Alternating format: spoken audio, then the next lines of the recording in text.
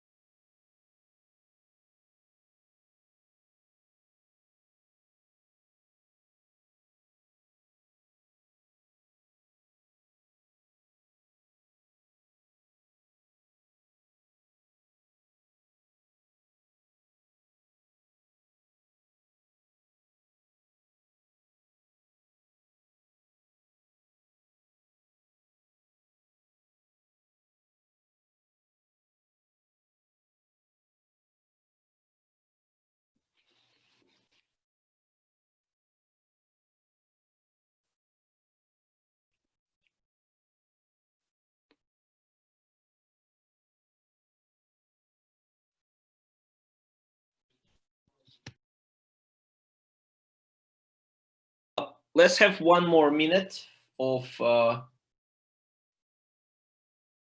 Let's give one more minute and then.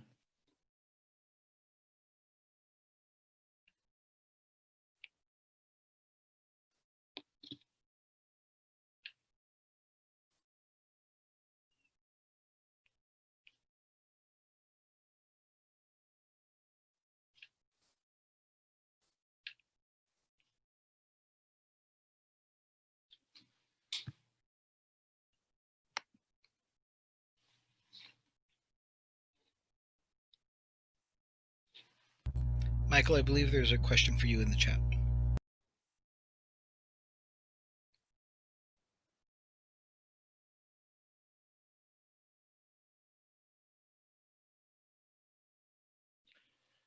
Okay, hello everyone.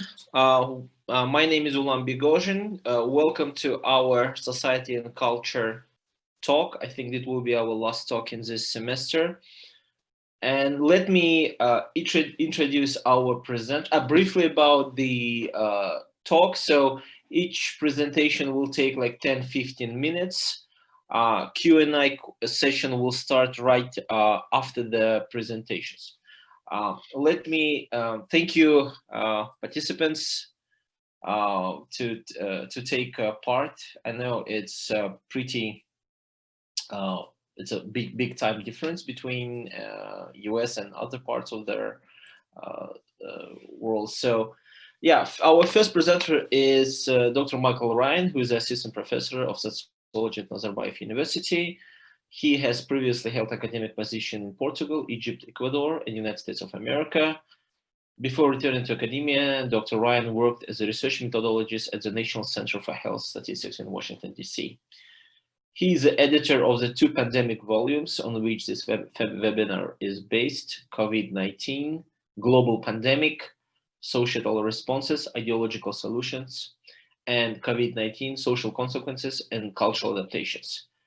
Both published by Routledge and available in print in December of this year. Great congratulations. And I think Dr. Ryan will tell more about these volumes during his presentation. Also, he's an editor of multiple other volumes, including Trans Lives in the Globalized World, Right Identities in Politics, Routledge 2020, and Core Concepts of Sociology, 2019. Next presenter is Deborah Cohen, Associated Professor of Sociology at the University of South Carolina, author of the Welcome Wherever We Are, a Memoir of a Family, Caregiving and Redemption. A public sociologist, she writes for Psychology Today, and is a frequent contributor to Inside Higher Ed, and regularly featured in national media including CNN, MCN, Teen Vogue, USA Today, US News and World Report, the New York Times, the Washington Post. Cohen is trained in mindfulness and healing work and facilitates Deep River workshop. Jody Dewey is a professor of sociology and director of the Criminal Justice Program at Concordia University, Chicago. Her research interests mainly focus on how gender shapes institutionalized knowledge and practices used in the field of medicine, psychiatry, and the criminal justice system, and how such processes regulate the daily lives of those most marginalized in society. Dr. Dewey has studied and published an reintegration of formerly incarcerated medical and psychiatric decision-making of trans-identified patients seeking gender transition, and more recently, masculinity and the training of police records. This later work informs her development of a certification in policing that connects academic theory with social justice principles and practices. Dinur Bloom is a lecturer at the Department of Sociology at California State University, Los Angeles. He received his PhD from the University of California, Riverside. He researched social causes of mass shooting in the United States with Christian Jaworski, and he's publishing a forthcoming book, work entitled School, Sports, or Sleep, Student Athletes and the College Dilemma, exploring basic obstacles students athletes face to help them in school. Oh, great, Dinur. Actually, I'm teaching class on student sport and identity, so we probably would talk. We'll probably chat later. It'll be pretty interesting. Dinur co-hosts a Learning Made Eraser podcast with Dr. Adams, again, Sanford, offering effective learning and teaching techniques.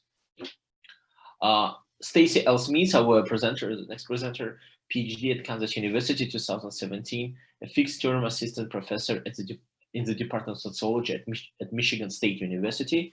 Her research focuses on the meaning-making, identity creation, and social cohesion in marginalized groups. Her research on deadheads, fans of the Grateful Dead, produced 7 mechanisms responsible for social cohesion in the subculture.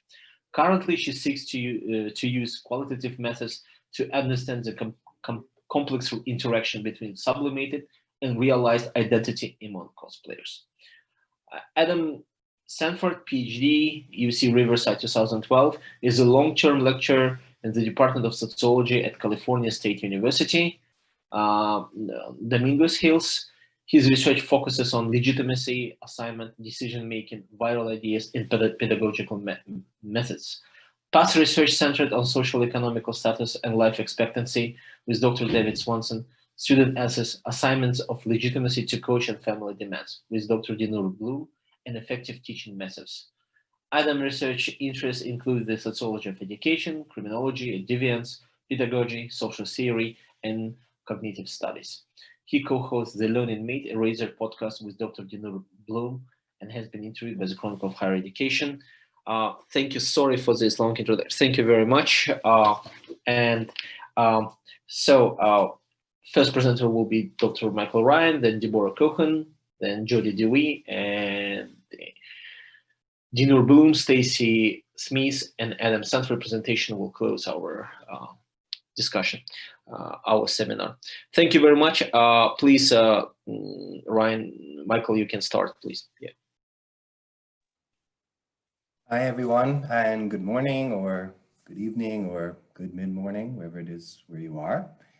Thank you, Alon, for those very nice introductions, the participants for being here today, and for my co-presenters for taking time out of their schedules to be here. So as Ulan touched on, the presenters today and the work that we're going to present comes out of two edited COVID volumes that have recently been put together. I shared the link for those, just a quick plug in the chat. So please do check those out if you're interested in learning more about some of the work that the presenters have been doing and other folks have been doing around COVID-19.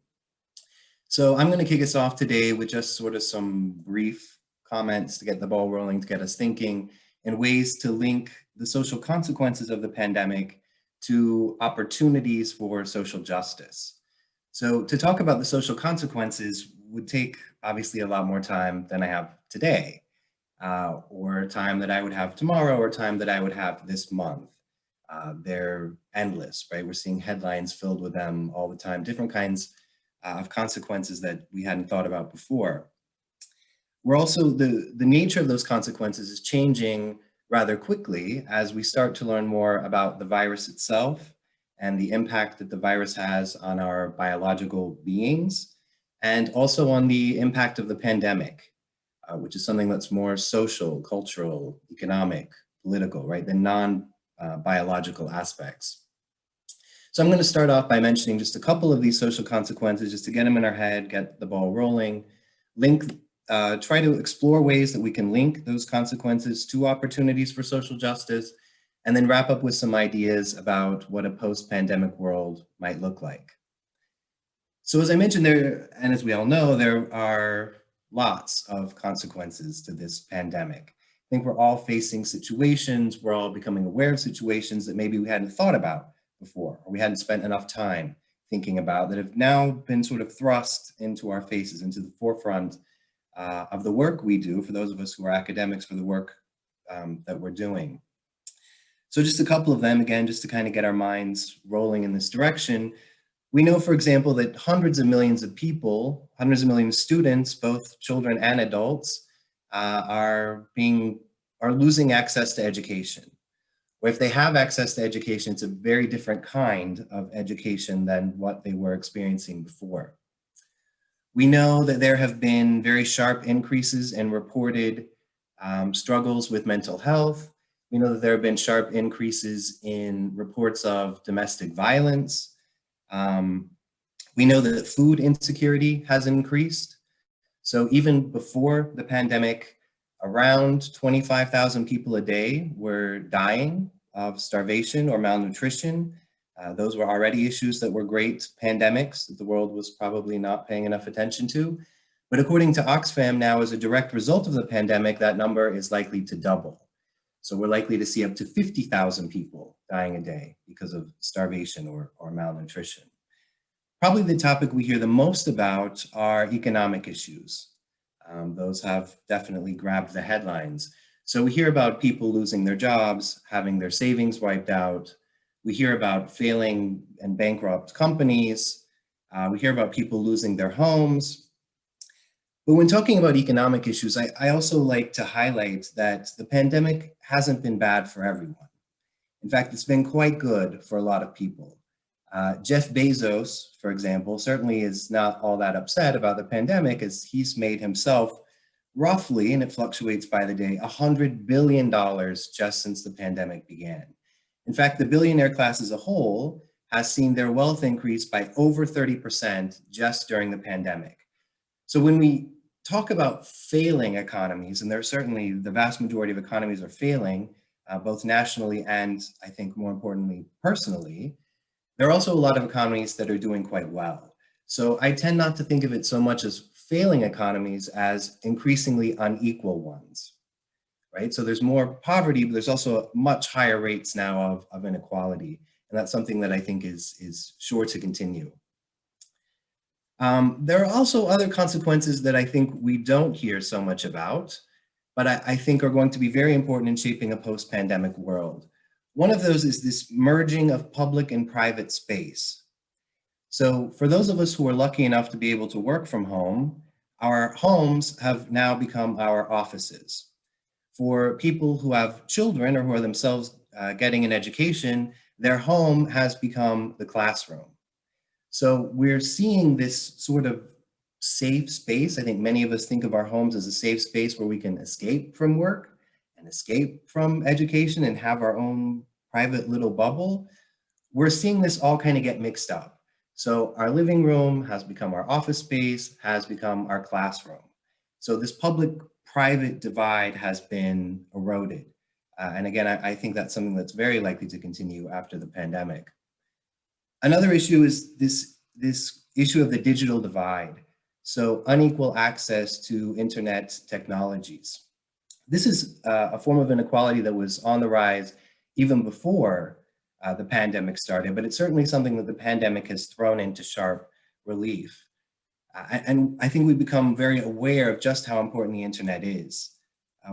One tidbit I always throw out to my students, and they always find it a bit shocking, is that it wasn't until a couple of years ago that half of the global population even had access to the internet. I think it's something a lot of us take for granted and we assume that everyone else has. Even today, it's somewhere between 55 and 60% of people have access to the internet.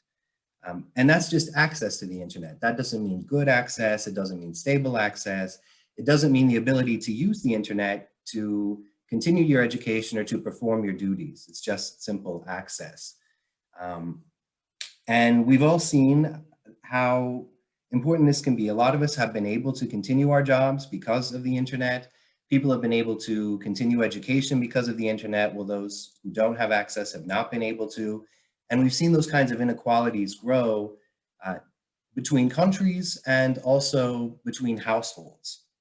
And I think this issue of the digital divide is likely to continue exacerbating other forms of inequality.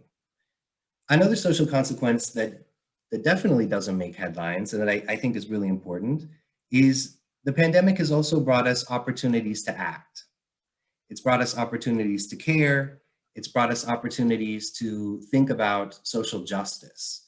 So if there is a silver lining in the pandemic, and I am very reluctant to use a term like silver lining when talking about such a great global disaster, but if there is one, I think it's this raising of public awareness around lots of important issues. So there are more conversations going on now around issues of mental health. I think those conversations were starting to grow anyway, but this has certainly, I think, been an impetus for that. We're having more conversations around seniors. What do we do with seniors? There have been debates in lots of countries and lots of classrooms and lots of political settings. Do we think of seniors as disposable? I think this term of a disposable senior is something kind of new. And we're also seeing examples of the kinds of actions that we could take. We're seeing lots of caring actions happening. For example, there's a group in the UK that's formed to call LGBT people, elderly LGBT people who are living alone, to help them combat the effects of loneliness. We know that LGBT seniors are more likely to be living alone. There have been a lot of fundraisers by celebrities, by politicians, but also by ordinary people to help out our fellow human beings who are not as advantaged. We've seen neighborhood groups formed to protect Asian-owned businesses in a lot of areas. So we've seen some actions, we've seen these opportunities to act. What will a post-pandemic world look like? I think that's really anybody's guess at this point. But I think a few things are for certain. I think a lot of inequalities are likely to continue, are likely to continue to grow. I think we're going to begin encountering a lot of new kinds of inequalities that have yet to emerge, that we haven't even begun to think about. But I also think that we're going to find new ways to, I hope that we're going to find new ways to ameliorate these inequalities, to engage in social justice. I'm not typically an optimist. I am a trained sociologist. It's not something that comes very naturally to me to be very optimistic, but I do think in this instance that there is this potential for optimism. And I think the key to that in a post-pandemic world is going to be something that human beings have never been especially good at, and that's remembering.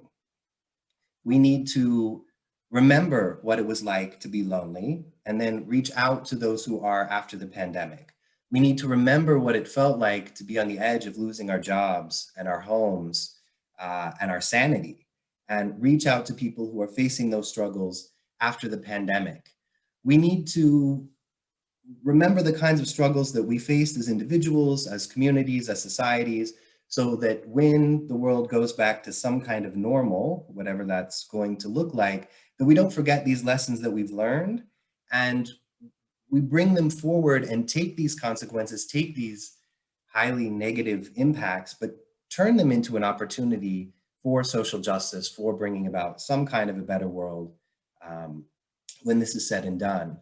In fact, I'm gonna close by commenting that I think sometimes it takes a disaster to bring about social awareness of issues. It takes a disaster to prompt some kind of activism, some kind of awareness for social justice. I'm thinking of, it took Chernobyl to really get the anti-nuclear movement going.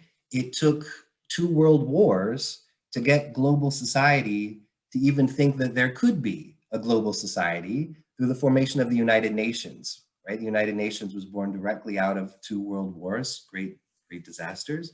So this disaster can, I think, have that same kind of impact of bringing about some kind of thinking of ourselves as a humanity, thinking of the issues, the inequalities, the injustices that we face, and new ways to tackle them. Whether or not that's going to happen is up to us.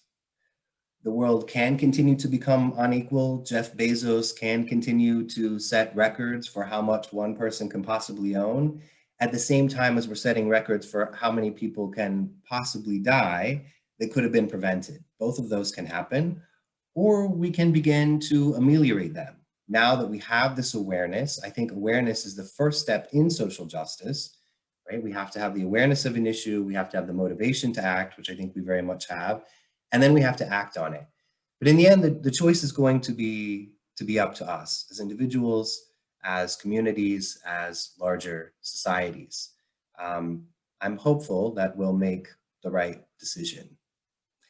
So with those kind of opening thoughts to get us thinking, I want to turn this over to the other speakers, starting with Deb Cohen, who is going to thrill us, no doubt, by tackling one of these inequalities more specifically and ways that we can work to combat it. So Deb?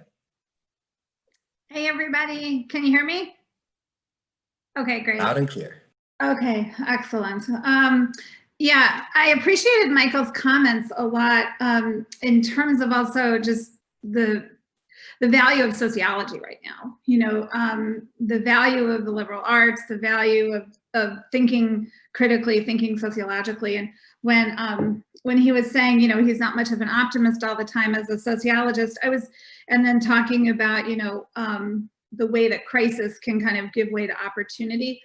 I was reminded also of how the rockiest points in our history, just as a whole society, as a global society, have given way to immense creativity and really just incredible forms of art and music and dance and all sorts of things, and literature. And it's with that I want to also thank Michael for putting together so creatively and so frickin' immediately and quickly these 2 volumes, and huge congratulations to you for that. I feel incredibly grateful and honored and happy to be part of it. And I think that that's what's also interesting about the impact of this pandemic is it's connected me and other people to people we would not have otherwise met or known. I mean, I didn't know Michael until the call for chapters for this volume. I actually knew Stacy, who's on this meeting, from a few years ago. And that was just such a happy accident to see that she's part of the volume. So it's an interesting moment for me to realize like all the connections and reconnections that can happen in this. There's also another contributor to the volume who I knew about through someone else, and it turns out she knew Michael from graduate school. So it's just amazing how these things can kind of converge. But I think, yeah, creativity has really been on my mind a lot, and for many different reasons. But yeah, so I just, but I do want to use it as a way to say thank you so much. Really, really cool. It's just it's so interesting, like how, you mentioned, someone mentioned about academic standard time. Was that Adam? Or, okay. And it's funny because obviously Michael doesn't run on academic standard time, and neither could any contributor, right? We had to really hustle with this. But that's the really cool thing also, is to see the humanity and the immediacy in these kinds of crisis moments. Because I think we can think of ourselves sometimes as like, oh, are we really making a difference? And as intellectuals and scholars and stuff, are we just kind of, just sitting and thinking and writing and doing emails and dealing with our students? But that there's this other way in which we can be connected, and that the work that we produce can have a more immediate impact, which actually, I mean, this is like public intellectual work. That's what I'm so excited about with the books. So speaking of books, that's kind of how this all got started with my contribution to this volume. So basically, in February, I launched my first book, which was a memoir, a sociological memoir that, you've already heard the title. Well, I'm going to do show and tell. Welcome to Wherever We Are, a memoir of family, caregiving, and redemption. I also, this is like thanks to my father, who is in advertising. I even have it on a mug. But so it's a sociological memoir dealing with issues of abuse and caregiving, and what it was like for me to provide caregiving for my father, who was both adoring and abusive. And I launched that book on Valentine's Day, actually, of February 2020. And then, as we all know, just within less than a month, the whole world was falling apart and the pandemic was starting. And in March, I wrote an article for Inside Higher Education, which and Inside Higher Ed published this piece, and it was really about kind of my thoughts about pedagogy and my thoughts about pandemic pedagogy, and the issues of kind of how people were getting seemingly so attached to certain issues around methods and delivery and content, and that really big life lessons and huge issues were just getting lost in the discussion. And so I wrote this piece, and ended up, and then also, fast forward, and I responded to Michael's call for chapters, and said that I was just interested in expanding on this piece maybe. And so that's what my contribution to the volume is, essentially an expansion of that piece, which you can all look at in Inside Higher Ed if you wish. And at the same time, it builds on, the chapter for the book builds on some key themes that actually show up in my sociological memoir about my father. So it's kind of an interesting thing how writing this memoir, it does continue to inform my life, and it's even informing my pedagogy. Now, something's weird with this. Are you still seeing or hearing me? Okay, good, because something else is happening weird on my computer. Okay. What? Okay, all right, as long as you can still hear and see me.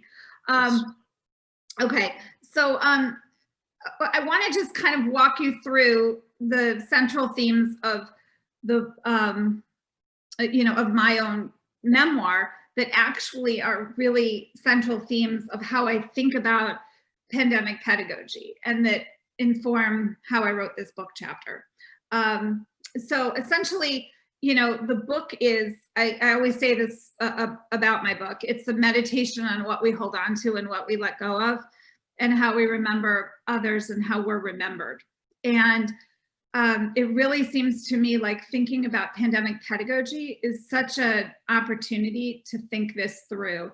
And unlike a lot of my colleagues, I have just made a lot of decisions to just really, really try to let it go.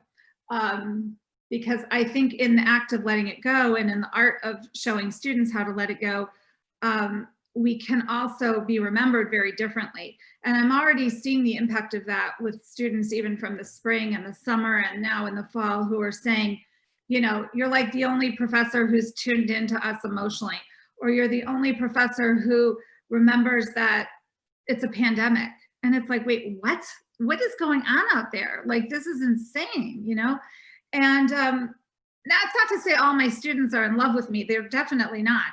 But I will say that people who like get me and get what I'm trying to do and understand that it's about much larger pieces, and that actually a lot of it's sociological, then, you know, a lot of them really start to appreciate it and they realize that, okay, there's something to this, because I just refuse to focus on all the minutia right now and the kind of fetishization of methods and all this discussion of high flex that's happening, certainly here in the States. It's a wild thing.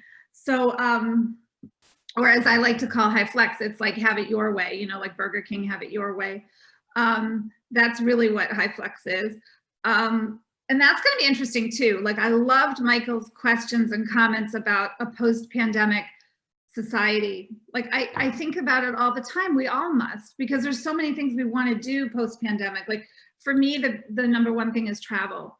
But then I think about like all the other things and, you know, that I might not get to do for a while or that I might be able to do, you know. It's sort of interesting to envision this, but for me as an educator right now, I'm certainly thinking about how is this crisis in education going to reverberate for years to come, because it's clearly happening. I mean, and we see administrators taking full advantage of the situation. I mean, full advantage, because pre-pandemic, they wanted everything online.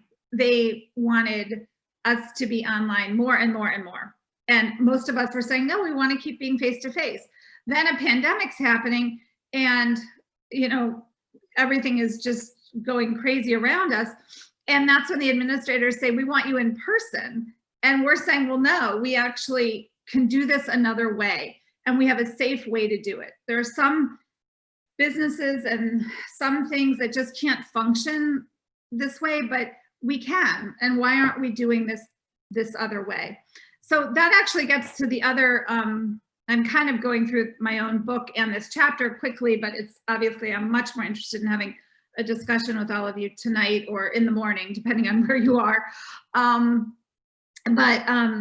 You know, so I keep thinking about like, what are we holding space for? And like, what is really most essential? And it's really been like a life lesson for me as well as I think it is for my students.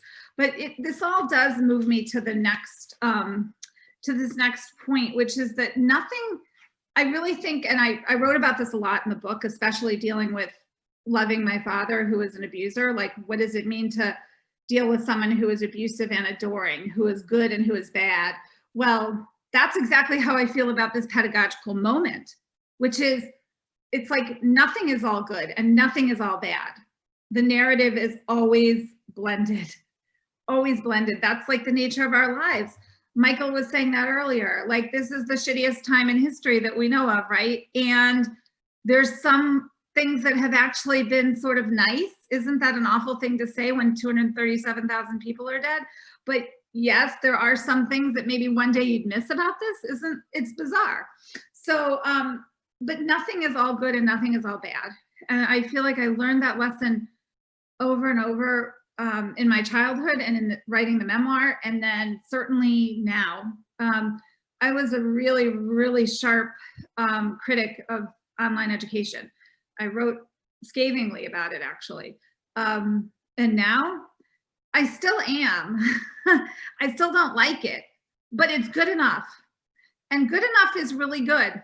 Good enough, it's like, especially, you know, socialized as a woman in American society, where perfectionism is like what I'm supposed to always live by. Being good enough is so, sorry everybody, but so fucking liberating. It's just awesome. It's like good enough. It only has to be good enough.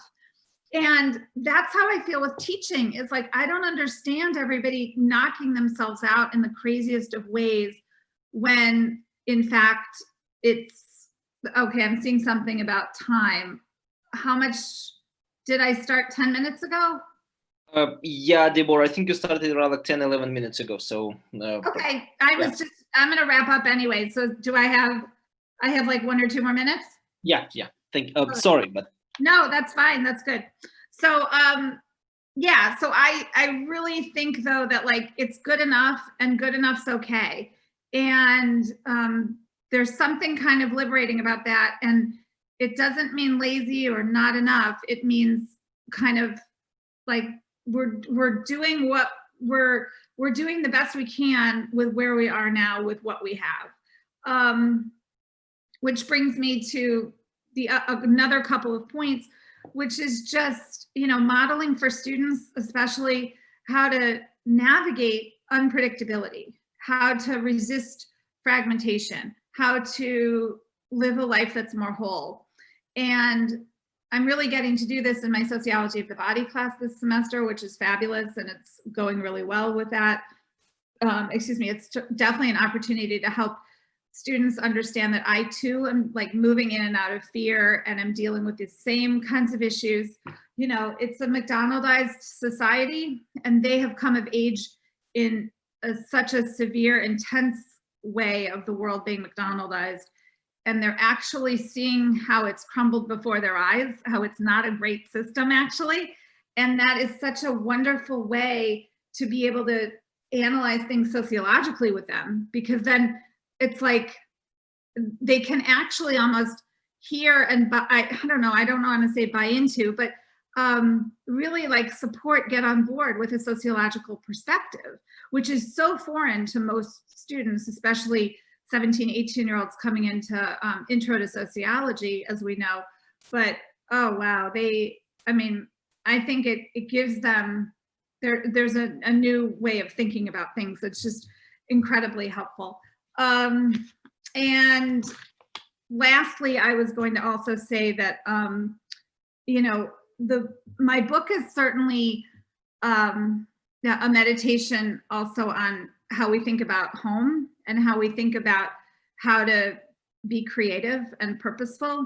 And I really talk a lot about that in the book. And I bring that same lens to think about that in this chapter, where like, how can we leverage our own disciplines, sociology, the arts, whatever it might be, science, to talk about the pandemic and to really use that as a place of connection.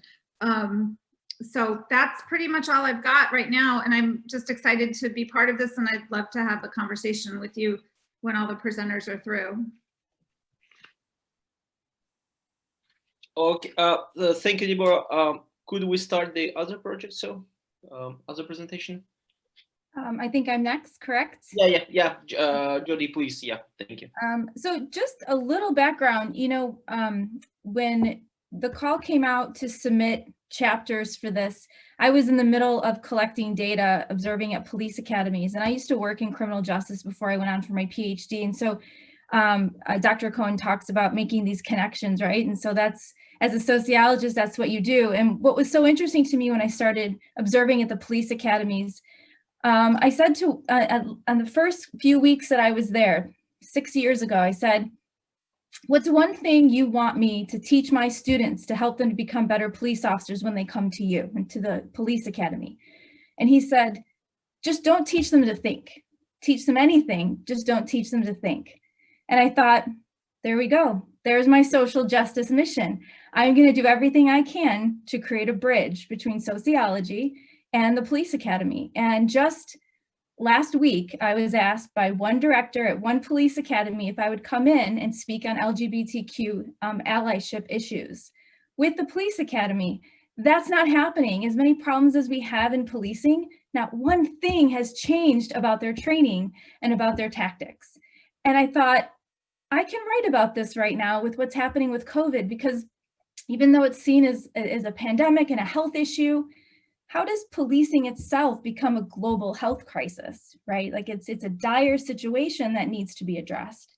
And so I started looking into this, and it's the pandemic reminds us already that we have enduring health disparities, right? Non-Caucasian ethnic groups are already disproportionately more likely to contract, to die from COVID, to be hospitalized. In the United States, for example, African Americans are 2.4 times more likely to contract the virus. African Americans make up 13% of the United States population, 25% of COVID deaths in the city of Chicago, which I'm outside of, 30% African American population, 52% of COVID deaths. We're seeing this globally. Black and Indigenous populations experience the highest death tolls.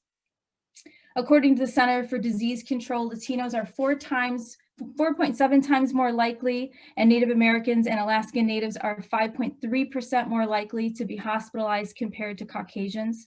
And what we're seeing is that communities that have the greatest material deprivation and the highest ethnic concentration are seeing the highest percentage of confirmed cases of COVID. And so at the same time, and sort of mapping and alongside of this issue, is that we also see these same inequities within policing within some of these same communities. And so Latinos and African Americans are 50% more likely to experience escalated force, 50% more likely to experience any kind of force, 21.4% more likely to experience escalated force. And they're 5 times more likely to endure some kind of injury during a police encounter. And so the recent killing of George Floyd in Minnesota has sparked a lot of civil unrest and a groundswell of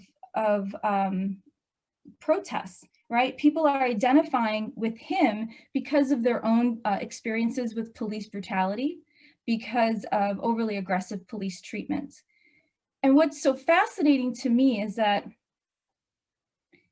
George Floyd was not the first man to die in police custody or at the hands of police officers, but we all had to sit and watch the incredibly slow, grueling 8 minutes and 46 seconds in which his life was snuffed away. And it wasn't because an officer was aggressive or incredibly vicious. Oftentimes what we're used to seeing when escalated force is justified, but rather it was just the calmness and the mundanity of how this situation played out that was the most alarming to people. He knew he was being videotaped. He knew what he was doing, and nobody did anything because it was completely expected and acceptable. And so what I realized is that the pandemic, what it has revealed for us is that there's less of a problem in policing, there's a problem of policing. And so with the pandemic, we have stay-at-home orders, we have directives, we have various local ordinances to control the spread of the virus, and police are called to enforce those rules. And they often, in having to do that, they exacerbate the policing problems that already exist in some of these communities that experience racist-based and aggressive policing. So police are essentially called to transform a health crisis into a criminal justice problem. And so when these anti-racism protests, what they further show is that officers didn't create new tactics on how to deal with the public. Rather, what we saw was the requirement of transforming the public into the criminals they needed to justify the tactics they already use. And that's why this moment is so pivotal for police, or for us. I don't know if policing's changing too much. I'm there, I'm gonna do something about it. But I don't know if they feel much of a push at this point. But the problem is how we police. And so what I noticed in the 5 years that I've been observing at police academies, and I've even gotten to the point where they allow me to do some scenario training.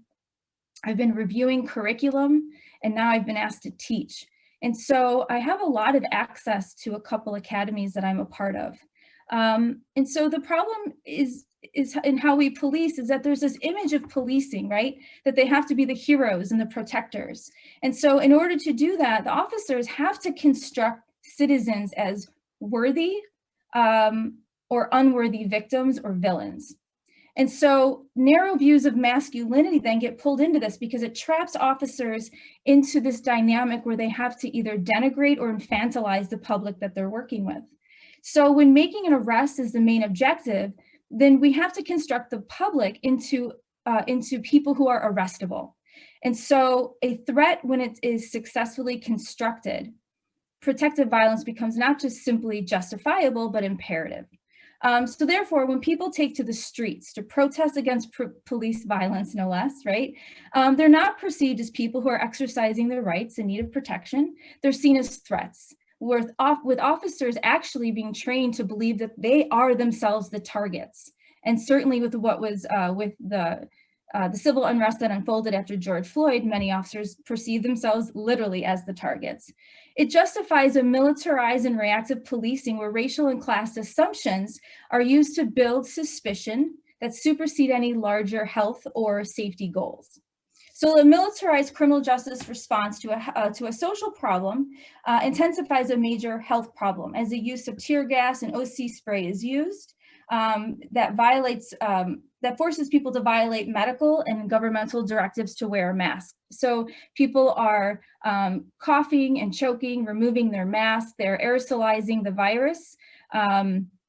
They're also rubbing their eyes, they're sharing water to dilute the solution from their eyes. They're being forced into spaces that make social distancing with unknown others practically impossible. Oftentimes with protests, police are trained to sort of push people together, to kind of form them closer together, to not to be disruptive in different directions. They kind of try to narrow the streets even further. And also through arresting and putting them in squad cars and holding cells. The police contribute to the very health crisis that they're called to quell. So in conclusion, when police are called to address a health crisis, and in doing so, they transform the public into the problem, they then themselves become the biggest threat to the community. And so that's sort of the work that I'm hoping to do with policing, is that, I'm just amazed that with everything that's happened in the last 8-9 months with the pandemic and George Floyd and all these protests in my community and communities around me, the little that I've heard, I mean, we're under a consent decree in Chicago, and the little that I've heard is that we might put more money to training. But again, what does that mean? What kind of training? Who's training? There is no access to this training. I literally was the one who was reviewing, not for Chicago, but I literally was the one reviewing some of the curriculum, and there's not much oversight. There's not much direction. So there's these basic state standards, bullet points, if you will, no more than that. And then they just hire people to teach. And so those of us that are instructors, we're so accountable to our objectives, to our syllabi, to our students. We're constantly reviewed. Not to mention we're always self-reflecting. A lot of that's just not happening in the academy, and there's not a lot of checks and balances to that. So that's what I hope to do with some of the work that I'm doing, is to sort of push back and ask, what are we doing? And is it working? Because if it's not working, we need to try something different. So thank you.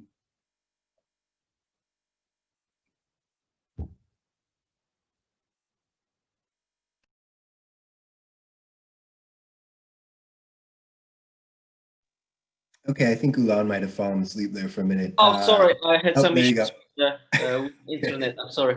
Yeah. Ryan, would you like to? So our next presenter is Dinner Bloom, Stacey Smith, Adam Sanford. So last but not the least.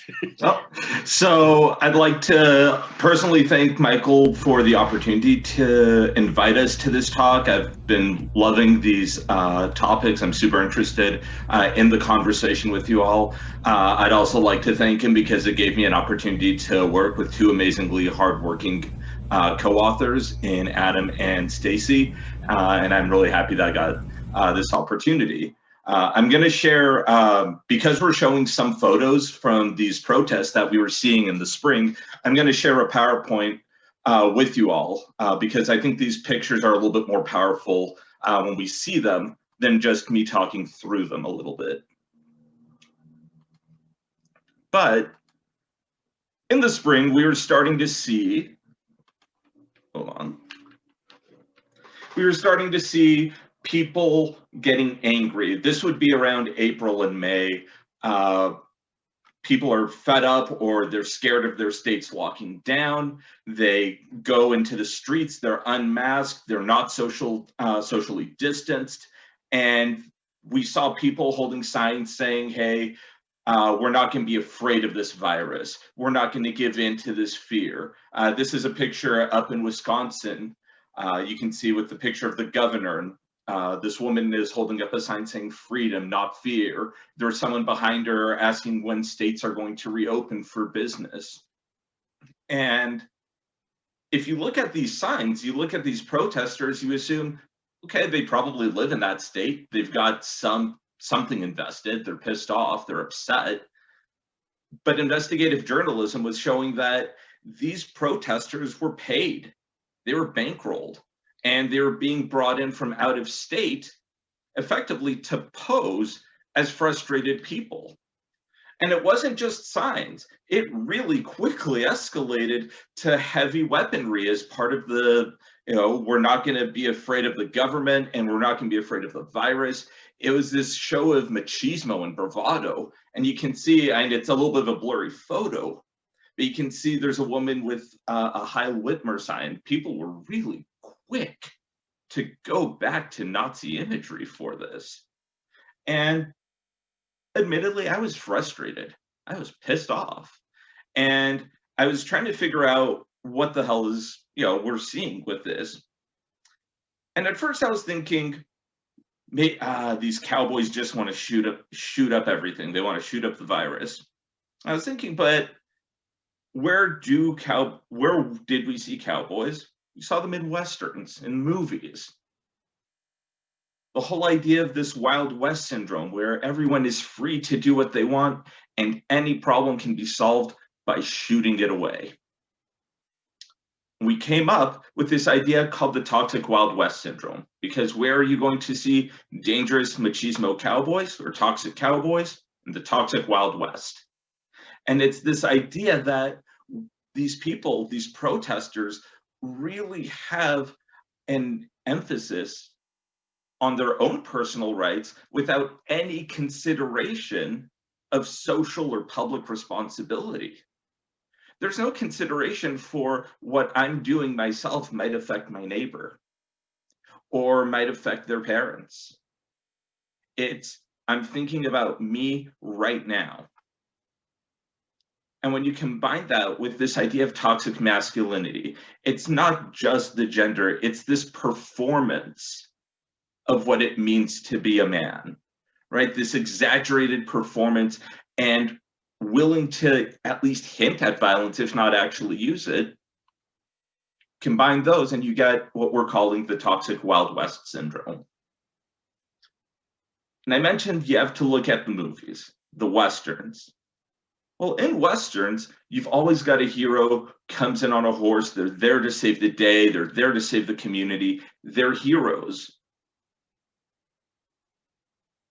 But similar to what Jody was saying about police being heroes, there's a problem with heroism with this. Right? They're trying to, these protesters are trying to show themselves as really caring about the economic health of the community, that without money, everything goes to shit.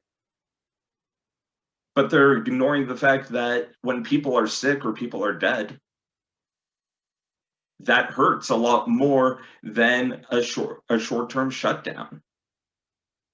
And I think the ways we can make sense of this are by looking at Goffman's ideas of impression management and what we want people to see, and Durkheim's idea of anomie, the idea of that normlessness, and we don't know what to do. Because for all of us, this is our first pandemic. Everything is changing from the way we're teaching to the way we're doing work with offices closing. A lot has changed. And we always like to present ourselves in a certain way. And these protesters are trying to show that they're brave, that they're fearless, that they're not going to let the government beat them down. They're not going to lose to a virus. They're going to show that they're strong. Ridiculously so, right? This person's getting a very mediocre sandwich with a rocket launcher and 2 handguns holstered. If you can see closely, even the person making the sandwich looks like he's had more than enough of this idiot. But notice that he's also wearing, a red and white, at least from the back, a red and white American flag shirt. So he's trying to portray himself as patriotic, as strong. And this idea of a performance is really important because we're in a society that has a bunch of cameras on us, right? They're in our pockets. And when people dress up, when they're willing to bring weapons into the street, that's going to draw news attention. That's going to get even more cameras on them. And that amplifies these images seen over and over, gives us the impression that, oh my God, everyone is really, really angry. Right? You can see these people are willing to show their guns. They know there's someone taking a picture of them. Maybe not from behind, but they know that there are eyes on them. But at the same time, we're not seeing everyone who's staying home and washing their hands and socially distancing because there's no interest in that. I promise you, if you watched me at home, you would be bored to tears. Who the hell is going to want to watch people who follow the rules? Rule breaking gets eyeballs. Rule following gets ignored. But I also said that this is a first for all of us. It's a pandemic. It's changing. And we've seen that students are struggling, for example, with this. And Stacy's chapter speaks really beautifully on that. These are people who are frustrated because of a sudden change that's out of their control. It's a violent response, and it's at least a performative violence response to something that they cannot change. It's out of their control. And one of the things, or one of the ways we can understand these protesters is they want to go back to the way things were.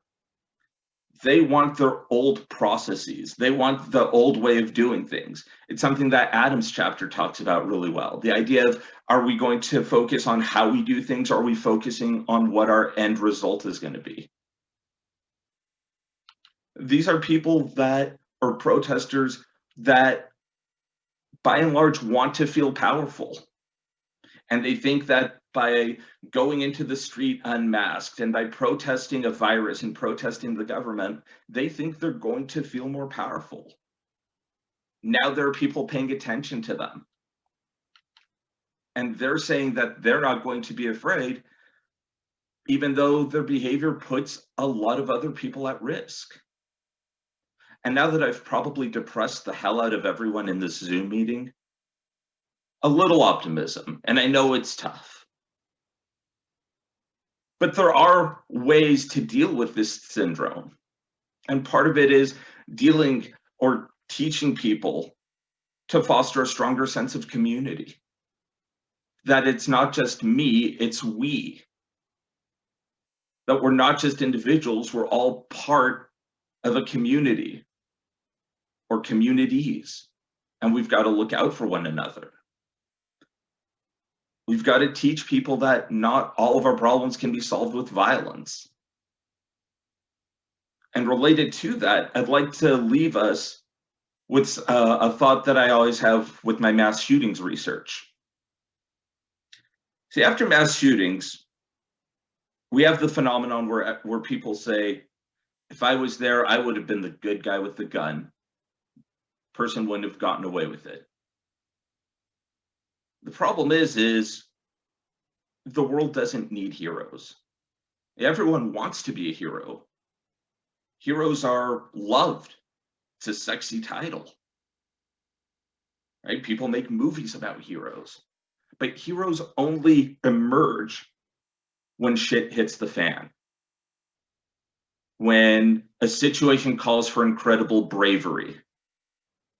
And a hero doesn't force people to change fundamentally, because there's a hero to save the day, then you can let the day get to that point. The world doesn't need more heroes. the world needs a lot more caretakers. It needs people who are going to make sure that people look out for one another.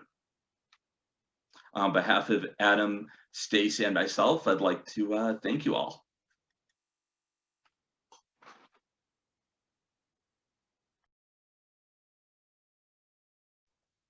Okay, I think Lon had to leave for a class, so I'll try to manage this. If they're to open it up for questions and answers. So if folks want to, I think I know how to work this. If folks want to raise their hand in the chat, if you have any questions or if you want to type it into the chat, I think the presenters would be happy to answer questions or to start a discussion.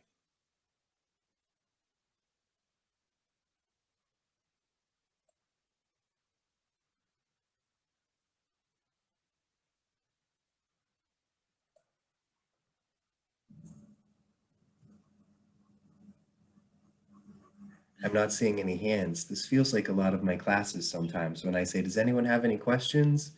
Then it's like crickets. There we go. I see Gavin's hand there. Gavin? Hi, hello. Hello, Mike. Thanks to everybody for the presentations. This is really interesting. I want to congratulate Mike and everybody on the publication. This is fantastic. Mike is the pride of our department, getting work turned around so quickly. And this is obviously a massively important topic. I wanted to ask if our speakers might connect some of the topics here with some of the big sociological theories that our students might be familiar with. So, I mean, I'm teaching this semester our classical sociological theory class and trying sort of to connect all of the big thinkers, you know, the sort of dead white men from the 19th century to the issues that are presented to us by COVID. So Dina, for example, mentioned anomie and Durkheim. I've actually been thinking about this and trying to put a more positive spin on it. So just in terms of Mike's depressive sort of stance as a sociologist, seeing everything depressingly, do we see any sort of maybe positive? I mean, so you talk about other forms of solidarity, for example, Dina. I mean, I'm British, and I mean, I'm seeing. So we saw this thing in Britain where on Thursdays, in Thursday evenings, people go and stand on the street and clap their hands for NHS workers, National Health Service workers. There are these sort of different forms, emerging forms of solidarity. And some of the things you've focused on, obviously are rightly focused on some of these negative elements like the toxic Wild West syndrome. You talk about those protests. Mike talked about, you know, these bigger emerging forms of inequality. I mean, in my teaching, I'm feeling like there are different emerging forms of solidarity between myself and my students. You know, there's a sense of people going through the same experiences. So I'd wonder if you could speak to that and some of those big theories around, do we see other forms of solidarity emerging? Are some of these cases that you're looking at just sort of isolated, or is this a sort of wide phenomena? Sorry to take up time, but also for Jodie, I'm very interested in policing. So I also wonder about whether, so in the US, you have this it might be US specific issue around policing and race. So if we look at a country like Kazakhstan, you might see a lot more citizen police interactions because police are on the streets basically trying to enforce certain rules to do with people's engagement with public space and the use of masks. But in other senses, like crime has been decreasing, and often people's dissatisfaction with policing in Kazakhstan is they're dealing with crimes that have already been committed, if that makes sense. So their failures to investigate things properly, to find criminals and punish them and so on. So I'm wondering if there's, again, if there's a positive spin on the criminal justice angle that you might see. So sorry to sort of ask for positive reflections, but I'd be interested in your thoughts. So I suppose that's mainly for Dino and then for Jodie. So I think we do see a new form of solidarity. We've seen, actually, I think I'd argue we see both forms of Durkheim solidarity depending on the groups we're looking at. I'd say that the protesters that we're seeing, the anti-mask people, are kind of showing that solidarity based on similarity. We all believe the same thing. We've got this strong shared collective conscience, but you also, the people that are hidden, the people that are behind the scenes, we're relying on one another. When we talk about essential workers, even calling them essentials shows that interconnectedness, that we rely on one another, that we know now that we are, or we're more aware of just how connected we are to one another. And I think that that forms different bonds of solidarity. I have something to add if I can. So this is not going to be terribly positive. Sorry, I know you were looking for more positive things, but in terms of connecting to the larger theories, one of the things that we're noticing here is this fundamental disconnect. Even though we share a nation and we should theoretically share a collective consciousness, what we're seeing is a fundamental difference in the collective conscience of these different groups. So after we finished writing the chapter, a local group planned to kidnap and try our state governor.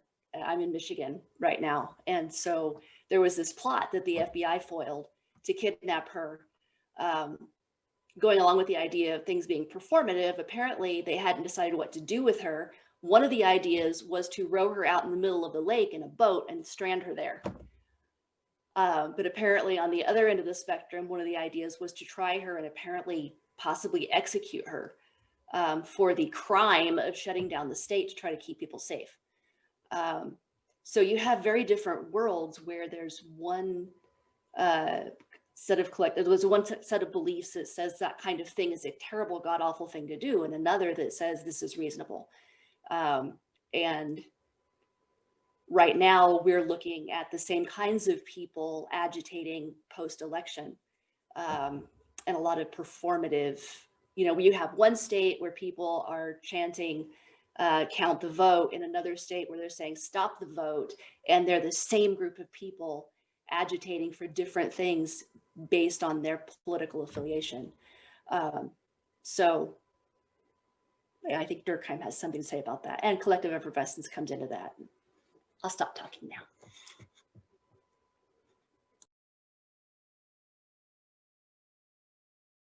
Jody, you need to unmute yourself.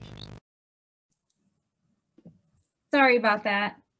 Referring to your question about crime. So like Dr. Ryan, I'm not very optimistic. And so I'm going to try to be optimistic right now. So in the police academies that I'm a part of, well, I mean, most police academies are significantly male and white. And so a lot of the police officers that I work with are from surrounding towns. So they bring in instructors from surrounding towns, and most of them, if not all of them, are male and white as well. And so I'm often one of the few women there.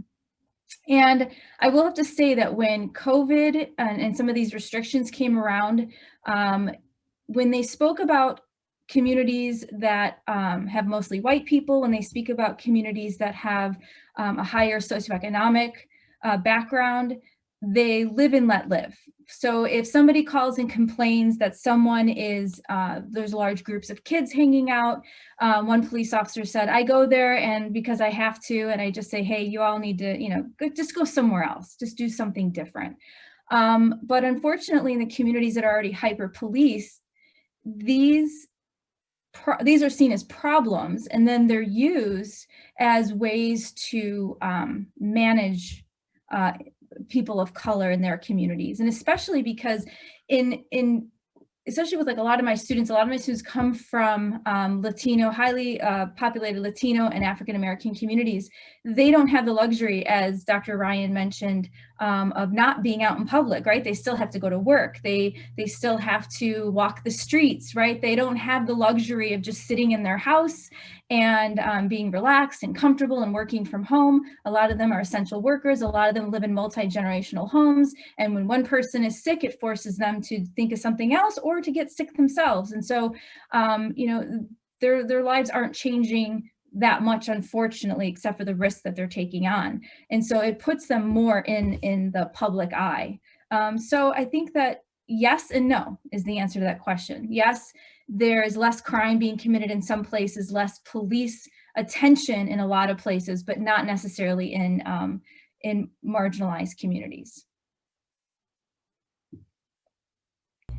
So it looks like we have a question in the chat asking about how do we put forward that long-term socialization, prioritizing the sense of community. Now, I will say, before we showed up here, I went online and I searched for a few articles to find out, okay, what are the big differences between American culture and the culture of Kazakhstan, and found that one of the big ones was community. That in Kazakhstan, community is a big deal, it's a big important value, and in the United States, individualism it will often look, especially to folks looking in from outside, like every American is me first, me last, that our preferred pronouns are I, me, and mine, right? And the thing is, socialization does not happen overnight. It does not happen in a week. It can happen in a few weeks or a month or a few months. Think boot camp, for example, or summer camp. You know, you have this intense experience, but we can't exactly round up all the young men and middle-aged men of the United States and put them through a kindness and compassion boot camp. So what we're going to have to do is start using the educational system and to really encourage parents to buck that trend, to start talking more about us, to start talking more about we, and less about I, and less about me. And this will not be a slow process. This is probably going to take several generations of work. We will see lots of resistance to it, and I'm going to tie that to the chapter where I was first author, where I talked, you know, our chapter where I had the first author was mainly talking about how bureaucracy did not hold up very well to the sudden approach of COVID, which, you know, bureaucracy is not made to turn on a dime. Okay, it's like the Titanic. You can't just shift it out of the way. And we identified two groups of people, and one group of people, and Denor mentioned this in his presentation, are process-oriented actors, and the other group are outcome-oriented actors. And what we have here is a lot of people who are, we do it the same way that they did it, which is the same way that the people before them did it. We have always done it this way, therefore we will always do it this way, get really derailed when a crisis like this happens. But when people get derailed from what they need, from what that stubborn stability, that was Denor's term that he coined, this idea that the environment will never change, that things will always be exactly the same, and we can just keep on doing things the way we've always done them. What we're seeing with the toxic Wild Westers is basically a knee-jerk reaction to the fact that the environment has changed and there ain't nothing they can do about it. And so in order to re-socialize America, I think this crisis is part of it. I think this election is part of it. I think that what's happening right now, post-election, is part of it. At some point, the outcome-oriented actors are going to say, look, the outcome we need is less individualism. It's more collectivism. It's more identifying as we instead of as me. But that is not something that is going to it's not something that is going to happen overnight. So I'm sorry again, Gavin, I wish I could give you better happy news, but unfortunately, you know, it will take time. And I'm going to let Stacy follow up because she told me that she had something else to say, and I'll shut up now. I actually do get to say something positive. I'm thinking about, you talked about your theory class. I always start my theory class with Harriet Martineau. And Martineau argued that the purpose of sociology was to educate the public and to critique society. And I think we need to do more of that. And what I'm seeing, I don't know about you all, but at least what I'm seeing in the US with my students over time is that the young people are fed up. They are very unhappy with the status quo, and they are looking for authority figures that they can trust to give them some direction. And I think we have an enormous opportunity, at least in the sociology classes. Maybe that's different in business classes or whatever, I don't know. But they are looking for that road. And we saw that in the US election, that our young voters came out and voted at rates we've never seen before. So I think there's a massive desire among the young people, at least in the States, to change things. So we have that chance in the classroom to do those kinds of things, but also, which relates back to what Dr. Cohen was saying, that this ties to what we're doing in the classroom, but also what we're doing in public, right? We have this opportunity to be public sociologists, to try in these incredibly confusing times to explain what's going on to people in a way that makes sense, using social theory and social research. And also what Dr. Dewey is doing. You're getting into the police academy and starting to chip away at what the police are being taught is a big deal. And so I think there are some very active and profound ways that we can act in the positions that we have. You know, to kind of go off your point also about critiquing, something I like to work with my students on also is how do we deconstruct, right? And so what's the imagery of policing? What do we believe that it is? What have we been told that it is? How have we been socialized? What makes us feel all warm and fuzzy about policing, right? How is it supposed to be? And then sort of back up. Okay, now how is policing meeting those objectives and goals, and where does it fall short? And that's how we start to get into the work, right? Because if we keep talking about community policing, and then you have this great book by, I think it's Gascon and Roussel, about how they're just using the public as their extended eyes and ears, but they're not really connecting with the community, and it's certainly not leveling the power with the community, then they're not achieving the goals that they think that they're trying to meet. And I think that's a powerful thing to do. And whether you're working in healthcare, whether you're working in the criminal justice system, let's deconstruct some of that imagery and ask what purpose does it serve if it's not meeting the actual goals that we hope for. And I think that helps us to connect to each other also.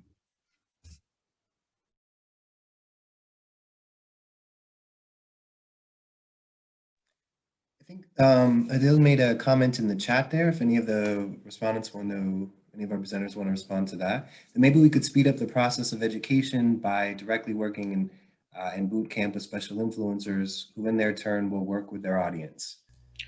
I would say that although that sounds like a great idea, I can see problems with it because what we're talking about in that case is creating charismatic leaders. And I think we've had enough of charismatic leaders recently. Thanks very much. And the problem too is that when you bring in the specific influencers, your charismatic leaders, the movement only lasts as long as the leader lasts. And it's a known thing. I mean, the charismatic leader is, charismatic authority is from Weber. So there you are, Gavin, for some tie-ins. And the problem with the charismatic authority is they really work well for a short period of time, and then one of two things happens. They either, well, one of three things actually, although I don't think they ever talked about the third one. The first one is they become tradition. All of a sudden, instead of them being this massive change person, what they're doing is just traditional and boring. And we're not going to get the youth and the young people to go with boring. Although right now, I got to tell you, after 4 years here in the United States, in the past conditions, boring looks really attractive. The second thing is that suddenly they become the legal rational system. The rules they laid down suddenly become the new law and the new man and the new system and the new way things are supposed to be. But the third thing is if the leader dies and there's no one there to step in and take their place, or the leader disappears and no one takes their place, you get chaos. And so although this is a good idea on the surface and I wish it could be implemented, I really would have serious concerns about trying to run them through a boot camp. See, the other thing about a boot camp specifically, people who go into the military, into boot camp, they want to be soldiers. So going through boot camp is not going to change anything about their fundamental way of looking at the world, is it? And the other thing about boot camp is the idea is break them down and build them back up in our image, in the Army image, the Marine way, whatever the military branch is. Build it so that it looks like the way we expect an Army man to look. And a lot of the people who are being funneled into the boot camps are also people who have no other opportunities, especially here in the United States. It's either you go into the military or you go into crime, because there isn't a good enough education to get you anywhere else a lot of the time. And so we get a lot of people who are very poor and very disadvantaged entering the military. And at that point, just to have, 3 squares and a bed, they'll do whatever they're told. I don't know if the boot camp method would work because of that. I think I would have concerns about that. So yeah, I know that I can't be the only one who's got opinions. So I actually have, oops, sorry. No, go Stacey. ahead. You do it. Okay, Or we not. can arm wrestle over it, but I think you'll win. Okay, maybe. I was just going to say, I'm feeling I'm having a self-reflective moment here of having these ideas of optimism. Maybe it's the late hour, I'm not sure. It's not typical of me, so don't hold me accountable to this in the future, but I'm thinking that socialization actually can happen very quickly. Maybe not across all dimensions, but I think certainly across a lot of dimensions. And we're seeing a lot of evidence of that with the pandemic in maybe not socialization, but our ability to adapt to new norms, whatever those are, has happened incredibly rapidly. And people often say that, change takes time. And I think that's true in a lot of instances, but change can also happen very, very quickly. I'm not especially old, I'm 41, but I increasingly have trouble connecting with my students because they don't know who Cyndi Lauper was. They don't even know what a CD is. And I'm thinking the cultural norms going the away, cultural norms. all those cultural references. When I refer to Ferris Bueller, I get a bunch of looks like, who? And I just cry. I just cried. The Beloit list that they put out every year, the Beloit mindset list. If you don't, Americans especially, if you don't know this thing, Beloit University puts out a list every year. These are the things that were before your students' time, or they happened when your students were so young, they don't remember them. This year's was students who are seniors in college were infants when 9/11 happened. And I just went, what? Wait, what? So yeah. Yeah, it gets, one thing about teaching is that I get older every year. We all get older every year who are educators, and our students don't. So there are depressing issues there. But we see this kind of socialization happen where kids who are just a generation under us can't live without their cell phones. And the internet has radically changed the way we work, the way we learn, the way we communicate, that our thoughts can be encapsulated in 140 characters. We see this soon to be gone president of the United States who's dictated political policy and other issues in 140 characters, right? So now policies that are ruling what happens in 140 characters. If you told someone that 10 years ago, or is it 280 now? I'm actually not on Twitter, but it's some limited space, right? If you would have told someone that this is the way global policies are going to be dictated 10 years ago, they would have thought you were crazy, right? So I think these kinds of things can happen very quickly. In the last 9 months, we've all changed the way that we live and work very quickly. We've all changed the way that we connect to one another. Even even some of my best friends, I was living on campus. My best friends would live a few floors below me, same building, literally and I was no longer seeing them. The form of communication was no longer face-to-face or dinners, it was texting, and that's become the new norm. Maybe that's not socialization exactly, but I think the way that we live our lives, the way we think about our interconnectedness, the way we think about our roles in society can change, does change, has changed very quickly. Will that hold? Does that apply to broader things related to patriarchy or those sorts? I'm not sure. But I do think rapid change can happen. I don't think it always takes time. I interpreted the question about boot camps a little bit differently than Adam did. I guess I interpreted it the way I wanted to, which was the idea of what I was talking about earlier is educating kind of in general. And I think that there are, to go back to Weber's idea, there are legal rational ways that we can put this kind of training into the system. And one of those ways, again, is by our teaching. You think about how many K-12 education students do you get in your classes? And maybe you get to make a difference in how that person thinks, and then that makes a difference in how they teach their younger students. I saw a tweet today from someone that I follow that has a 4th grader, I think, and she was listening to the teacher reading from the history book, and the students were interrupting her and noting how the Pilgrims stole the land from the indigenous peoples. So the students were interrupting the teacher to go on this other track, and the teacher was encouraging it and helping them go those places. So those small interactions, I think, they're important. They matter. They change a person's perspective. I've had a number of those in my lifetime that's gotten me where I am now. So I think that it doesn't have to be charismatic. I think we can do it in a much calmer, more integrated way. I agree that if it is just charismatic, that's an issue, but there are ways I think that we can do that. Maybe not the boot camp style so much, but corporate trainings, the police trainings, what we're doing in higher education, those kinds of things can be helpful. And I will admit, I am a known pessimist. You can ask Tenor and Stacy. I can always find the cloud for any silver lining. But if we can do it in a more systematic way, maybe not as, boot camps with influencers, because to me, influencers just says charismatic authority. But like she said, let's get some programs happening in K-12 schools. Let's get programs happening in higher ed. Let's get corporate trainings happening that, if we can do those things, we can change the culture. I think we can change individuals fairly rapidly, but I don't know if we can change the culture that rapidly. I mean, your point about the pandemic forcing us to change is well taken, Michael, but once the pandemic is over, it's going to take some work to keep us from just bouncing right back to where we were and doing what we did and ignoring those inequities and, and allowing the police to just run roughshod over communities of color again. I mean, it is something we will have to actually actively work on and state outright, this is our goal, that we need this to change. And I just want to say, in case I don't get the chance before we're done, Deb and Jody, I think your research is amazing.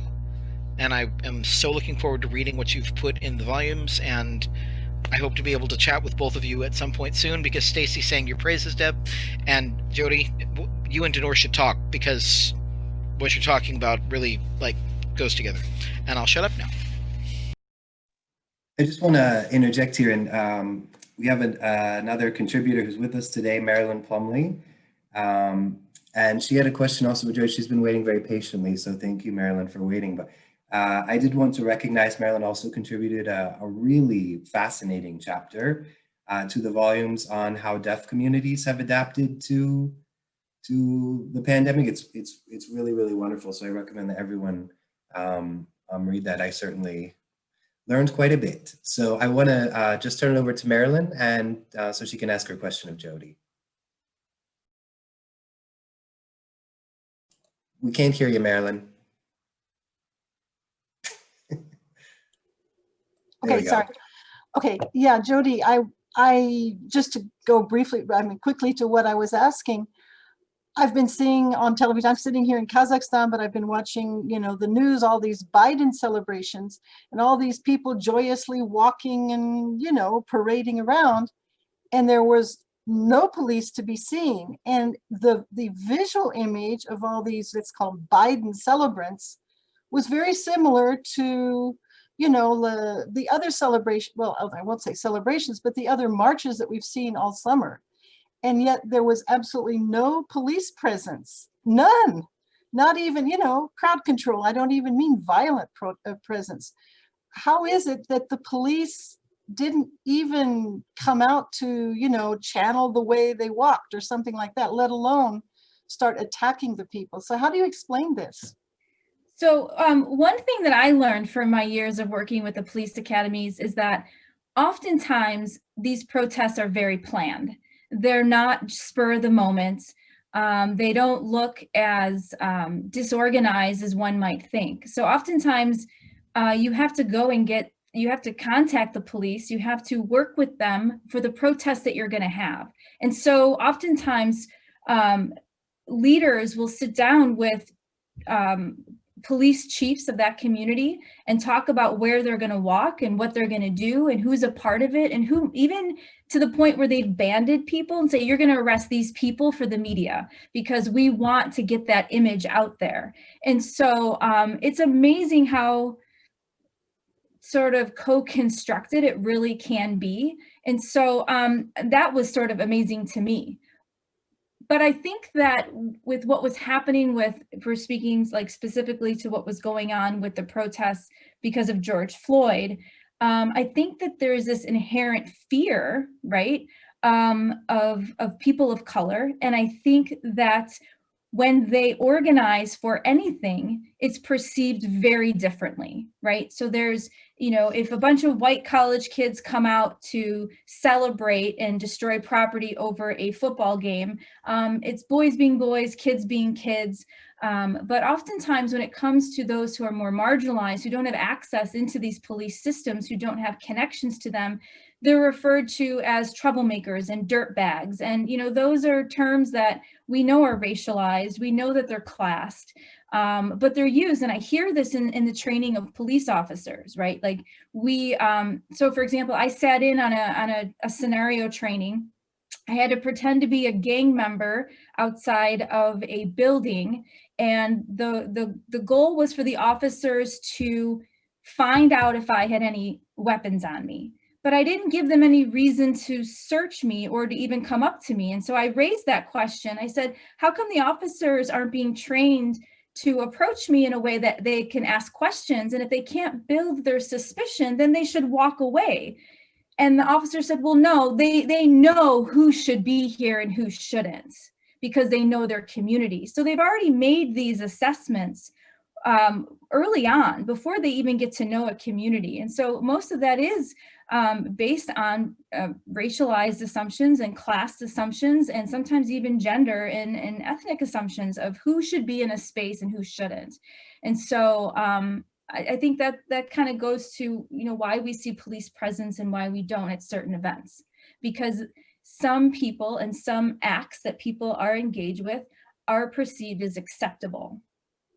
So the thing is, there is, I mean, ethnically, the celebrants are quite mixed. So you're just saying it's primarily because they didn't pre-plan it, they just kind of went into the street and the police didn't expect it? Is that what you're saying? Because there are lots of Black and lots and lots of Black and minorities out there celebrating Biden's win.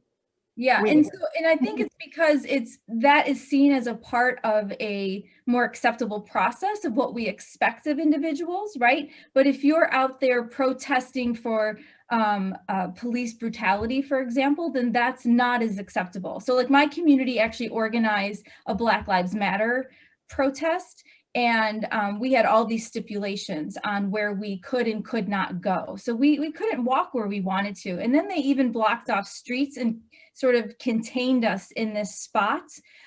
So it does depend on who you are, what your group is, if they're seen as problematic. And again, a lot of these views are taught in the police academy on how you should see people. Are their views frivolous? Are what they're fighting for frivolous? Are these acceptable means of congregating together? Right. So in one training that I was a part of, they said, you know, if you got a bunch of hippies sitting around fighting for environmental crap, then they're just annoying the businesses. You need to handle them. So the idea is that businesses have a place. They have the rights. Individuals who complain against it don't. So the content of what people are standing up for matters. I just noticed that Deb posted, just because we don't see the police doesn't mean they're not there. But that in itself is interesting, that they're not being captured in the images, as we, you know, you all were talking about before. Like there's not a performative aspect to the police presence when the celebrants, I call them celebrants, are down in the streets. Anyway, that's very interesting. Thank you for your input. Thank you. I think it's also worth noting that we didn't really have a good idea when the election was going to be called. In the States, it was called about 10 o'clock in the morning Eastern Standard, if I remember right.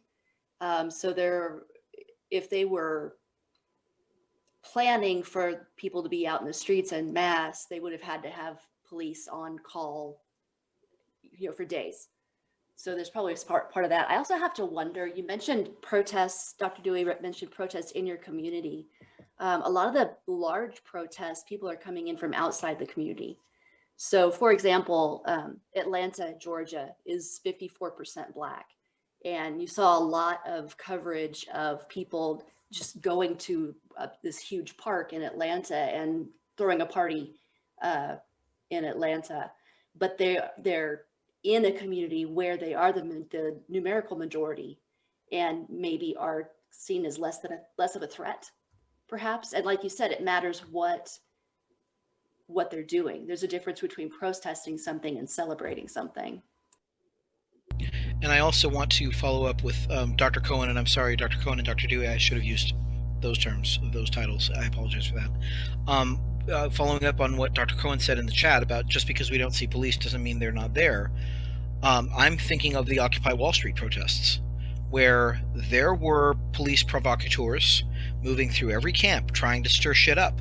And so they made sure that there were trained de-escalation experts in the camps to get to the person who just got really annoyed with someone who seemed like just another protester who was occupying this particular park with them, and saying, don't let him start anything. Chill out. If you have to, and of course this was happening during the heat of summer, and I tell my students all the time that we have a sort of a theory of riots, that there have to be three things: a lot of people in a compressed area, heat, and an inciting incident. And so here are the police provocateurs, undercover, wandering around inside these camps trying to provoke, trying to act as agents provocateur. And the fact that we didn't see a single Occupy camp have a riot is a damn miracle. And the thing is, today's activists have learned from that. I'm sure that there were people at almost every celebration circulating and saying, don't let anybody piss you off. Don't let anybody make you mad. If they make you mad, go dump some cold water down your back, okay? Go chill out. Do not let them make you riot. Do not let them make you angry. Remember that Biden won, okay? Keep that in your mind. Don't let them escalate, because we're smarter now than we used to be when it comes to holding even celebrations. We have to be careful about, as Dr. Plumley said, the presence of the undercover police that we can't see.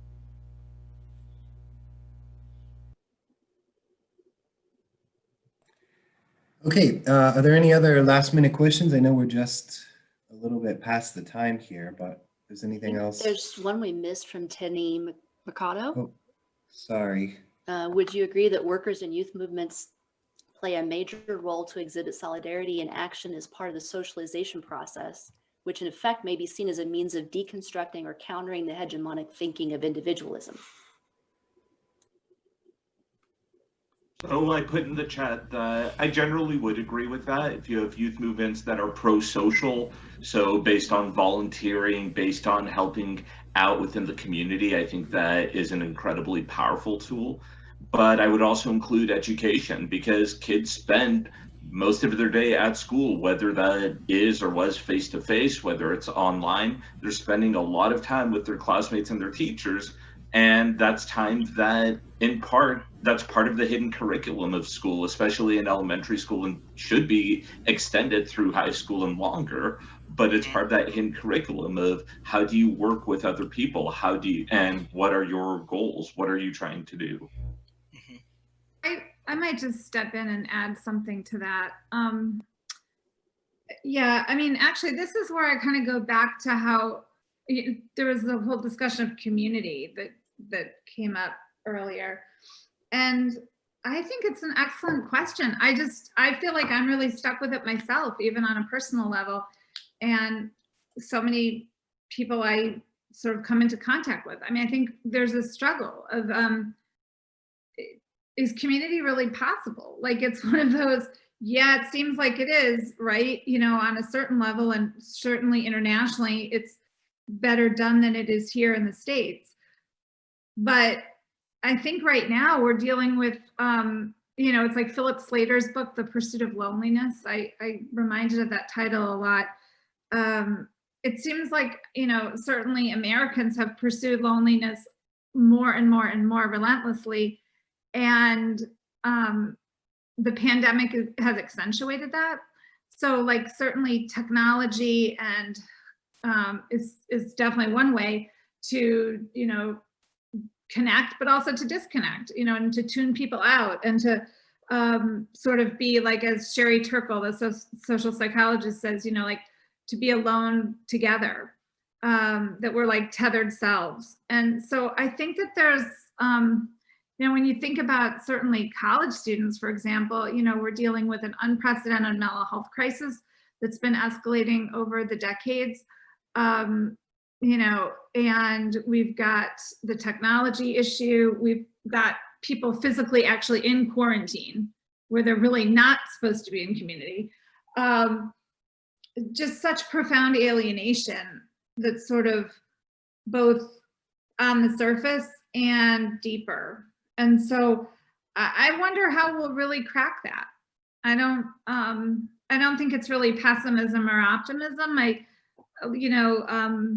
I feel like life is built around connections and relationships, and I know I value that, and I foster that value in my teaching and in my writing and everything. But something still tells me that this is going to be really hard because we've created such a fear of the other and such a distaste for strangers. And the mask thing has actually, I think, made that more so, certainly here in the United States. And I mean, just from a personal example, I will just be honest and say that, I live in South Carolina. It's very Trumpy. It's been very, very hard to deal with this pandemic since I've been living here. I've been here for 8 years, but the issues around this have gotten much more difficult lately. And I'm much happier by myself or just with my partner.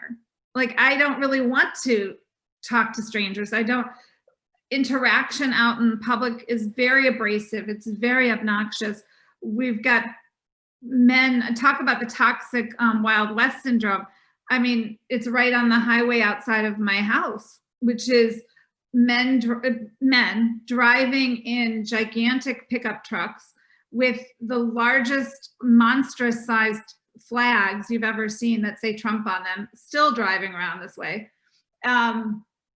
It's unbelievably domineering and oppressive.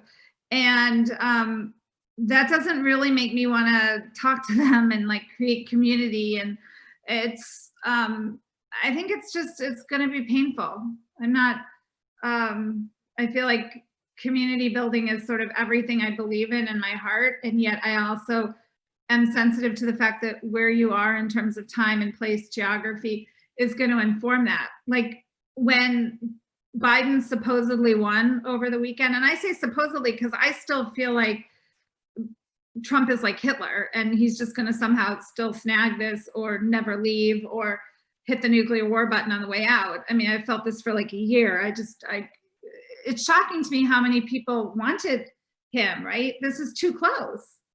So I have to say that when all of these quote celebrants were out, most of us in this area who are for Biden went to the grocery store before the election. We made sure to not leave our houses, and we were scared shitless because of the threat of violence out in our communities. So I am living in an area that's not a big city. Like, I'm not in Chicago, I'm not in Boston anymore. And so, my feeling was like, it would be so nice to live in a place where people were like ringing bells and dancing in the streets. That is not my reality. I can't celebrate. Why? Because I live in an area where it's too risky. I can't even put a Biden sticker on my car. So, I mean, this question of community, this question of celebrants, violence, it's so much larger. Like, it's huge. So. Well, I hear you, Deb. I'm taking you at your word. Yes, I have a friend at UNC Greensboro who is Jewish. I worry about her. I have a friend Jewish. I have a friend in Oklahoma who is a gay man. You can imagine how much fun he's not having right now. And I worry about all my friends. I mean, I think Denora and I are fairly safe here in Los Angeles because that's, approximately where we live. I mean, he's more in the Riverside area, but it's close enough for jazz. When you're not in California, this whole area that we're in is Los Angeles. It's just, it's like if you're not in New York, everything in New York and New Jersey is all New York, right? And the thing is that I think that it is difficult to build community under the conditions we are currently facing. And I'm pretty sure we are not, you know, I've heard a lot of people say, oh, well, the Democrats now need to find out what the Republicans want. No, we don't. Actually, what we need to do is stop caring about what they want and do what we need to do to fix everything.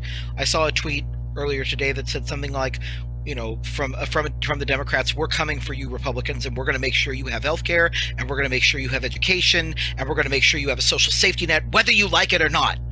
And the thing is, it's difficult to build community when there are no shared norms. What Dinor presented today about toxic Wild West syndrome, those are folks with a very specific set of norms about individualism that goes way beyond the American view of individualism. It's like, if the American view of individualism is here, their view is somewhere over, you know, that wall, you know, far, far away from here, right? And there's this view. I found a thread on Reddit. I shared it with Dinor and Stacy in the chat we have at one point. I'll see if I can dig it up, where someone said, you don't understand these people. You do not understand the people who support him. They feel any weakness must be beaten out of other people. If you show weakness, you are always a loser for the rest of your life. You will never get it back. I mean, just extreme views. It's very difficult to build community with people who think that I am the scum of the earth just because I'm a Jew and just because I'm queer. So, you know, at some point we may have to ask, is it worth it to put effort into building communities outside our own, or should we maybe strengthen the communities that we are part of? And I know that when you're in an isolated place like South Carolina, like Oklahoma, like Kansas, it can be very, very difficult to find community, which is why I'm so glad we have the internet. Because, hi, community right here.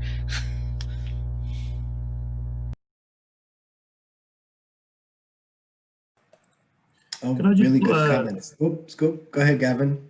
May I give a comment just to bring some like international flavor to the discussion, maybe a comparison? I mean, so basically in Kazakhstan, for example, what you're describing for the US sounds very familiar to me for the UK. Since there's a discussion about COVID, the interesting thing for me is the way that COVID slotted very nicely into what people call the culture wars.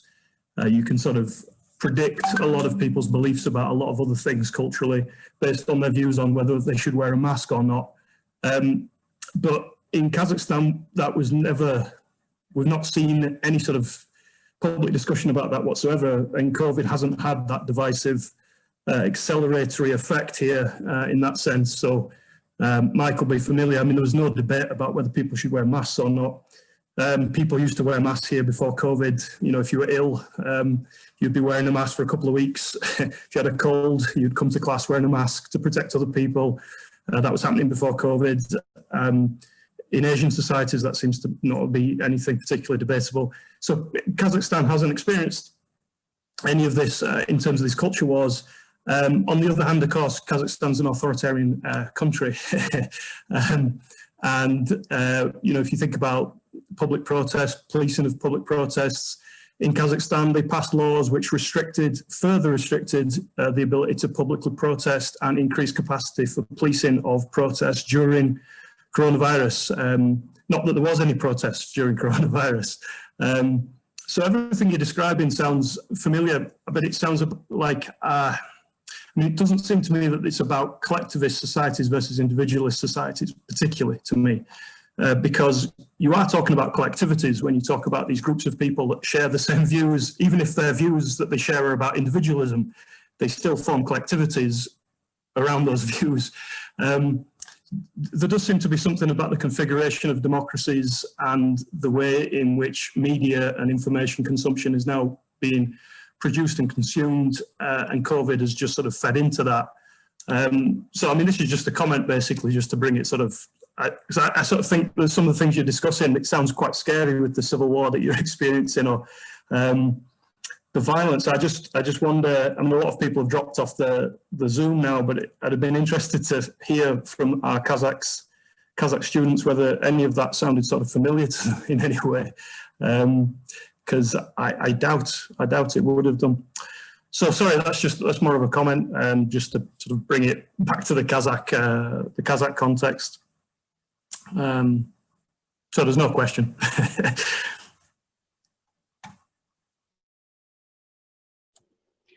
I might just add just another note from Kazakhstan.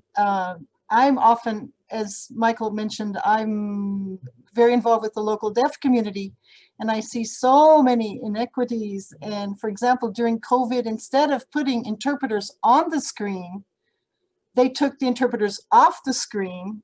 There was no interpreting for several weeks during the coronavirus because they had to stay safe at home and they didn't want to bring the interpreters into the studio. So I said to a group of my local deaf friends, well, why don't you, I said, of all things, look all over the world. You have like, whatever, dozens of countries that are showing their interpreters beside their governors or their health ministers or whatever. Why don't you protest? And they said, oh, we can't protest. If we protest, they're just going to kick me. One of the interpreters told me, well, they'll just kick me off and they'll bring in some cutie that's going to suck up to the powers that be. We can't protest. We can't do anything. We just have to go with it, you know. It's impossible. It's impossible. And so I'm trying to look for, well, first of all, I don't want to plant any seeds, sow any seeds that would get anyone, you know, in serious trouble. But at the same time, I'm looking for leaders, people that have the social awareness to maybe, you know, sow some of these seeds that will eventually bring some kind of recognition to the deaf community, because they feel totally powerless, especially in this, as you said, Gavin, the authoritarian regime. And it's not just the regime, in all kinds of structures, even within the official Kazakh Deaf Association, they can't even speak up within that association.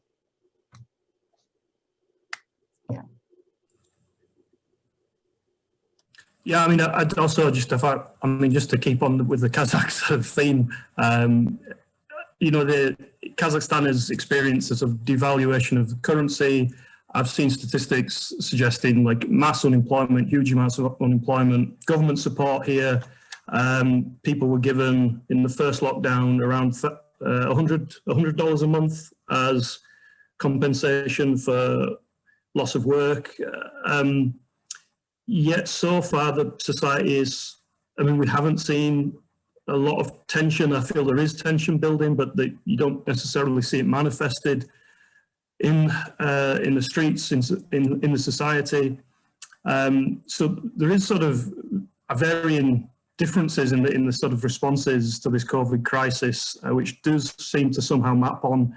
I mean, as you said, Marilyn, it's not just about the regime, but maybe there are obviously sort of cultural and societal issues here in terms of values. But I suppose I'll be very interested to look at the book when it comes out, the volumes. There is some international comparisons and dimensions in the book. Is that right, Mike? You do have some comparative case studies, for example, and so on. Actually, yeah, there's quite a bit. I'm happy to say there were a little over 50 individual contributors from 12 countries across 5 continents. So it's quite international in scope, yeah. And there's some direct comparative work between the US and Poland, for example. There's work comparing China, India, and the US. So there's a lot of that, yeah. I mean, so partly it seems to me that there's sort of expectations as well, culturally and societally, about the level of support people should get from governments. So you might expect in countries of the former Soviet Union that people would be very, very expectant of government support and government aid, given that they used to be part of a communist state. But it seems that isn't actually the case. I don't see that. This is sort of anecdotal, but I could try and check the statistics on this. It seems that people sort of get on without the support of the government. Whereas what I see in Britain, you know, where people were paid 80% of their wage if they were furloughed, i.e. were not able to work during the COVID crisis, you know, people were up in arms about that and about levels of government support, even though when I sort of tell my Kazakh colleagues the amount of state support they were given, that British people were given during the coronavirus pandemic, you know, Kazakhs can hardly believe it, can hardly believe the degree to which the state was supporting people. So there is this sort of feeling here as well of people just getting on with it. There's a sort of the black market increasing, the sort of shadow economy, I should call it, increasing to a great degree, but that has occurred because you we're living in a society in Kazakhstan that has gone through a number of crises in the last 30 years. The COVID crisis is sort of relative to those crises. So devaluations of the currency, the collapse of the Soviet Union, and there does seem again to be, this is just a sort of your usual crisis that comes along every few years here, which I think is again different from states in the West. So again, I'd be very interested to sort of see the international comparisons in the work in the volumes.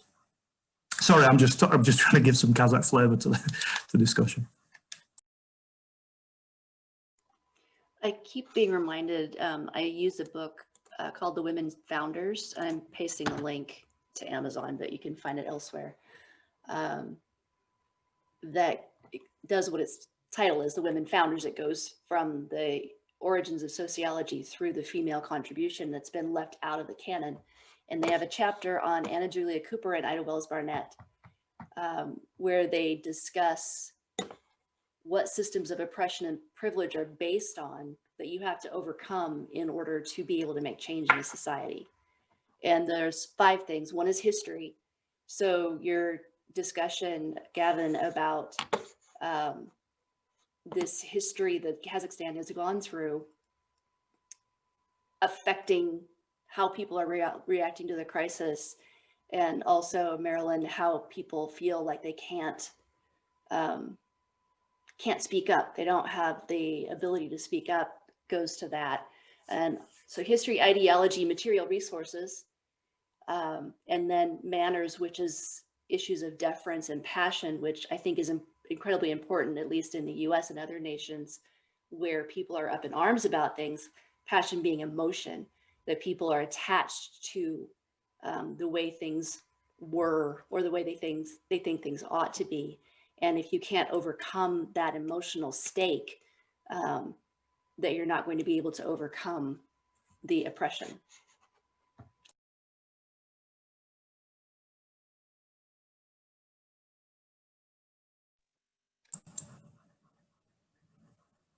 Thank you for that link, Stacey. That's great. Thank you.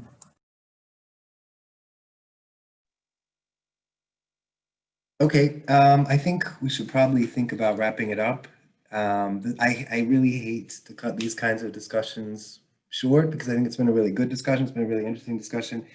I would like to just sit here all night, even if we keep dwindling down and talking with everyone. Maybe we can set that up at another that time. sounds like a great idea. We can have We've all got each other's email addresses. We certainly do. I know where to find you, so I can track you all down.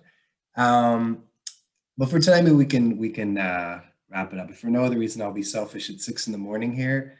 I'm starting to get a little droopy-eyed, but my dinner has been sitting next to me for about 45 minutes, so I'm going to need to eat soon because shakes. So I should probably... we've got blood sugar, we've got sleep deprivation, we've got issues going on here. But it's been a really great discussion. I just want to wrap up with just a quick thought, sort of the same way that I wrapped up my own talk, and that I think we've heard a lot today about the negatives of the pandemic. We've heard possibilities or lack of possibilities for what a post-pandemic world might look like. And there's been debate around that. One thing I think personally that there's no debate about is that the kind of work that the presenters today, Stacey, Adam, Dinor, Deb, and Jody, and also Marilyn, who's with us, who was another contributor, have done. And I don't want to focus just on these volumes. This isn't just a sales pitch, but the kind of work that people are doing in relation to understanding COVID is going to make a difference. I appreciated all the thank yous and the praise for the volumes, but it's really not mine to take. It really belongs to the contributors. I'm not being, Gavin is the chair of my department. He can tell you I like attention and praise as much as anybody else. But in this case, I can honestly say that it was the contributors, and there were just such outstanding chapters, such outstanding scholarship that I really believe is going to make a difference. It's one reason that I was hounding all of my contributors to get it in. It's one reason that I wanted to get this out so quickly, so that it's not a reflection on the pandemic so much as an engagement with it. that it comes out in time, that this kind of scholarship can make a difference, that it can help to guide the directions that we're going in. So I want to thank the presenters today, not just for the presentations, but for the work that they've done, the work that they are doing to help us combat this pandemic. I've always said that the work of any noble organization, any noble endeavor, is to put itself out of business.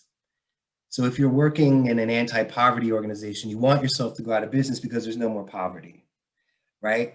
If you're, one of my hopes with these volumes is that they're not relevant sooner rather than later. I do think they will be relevant in the way that we understand future pandemics and the way we reflect on this. Maybe I didn't phrase that quite right. I'm sure I'll appreciate a royalty check as well if I get one, but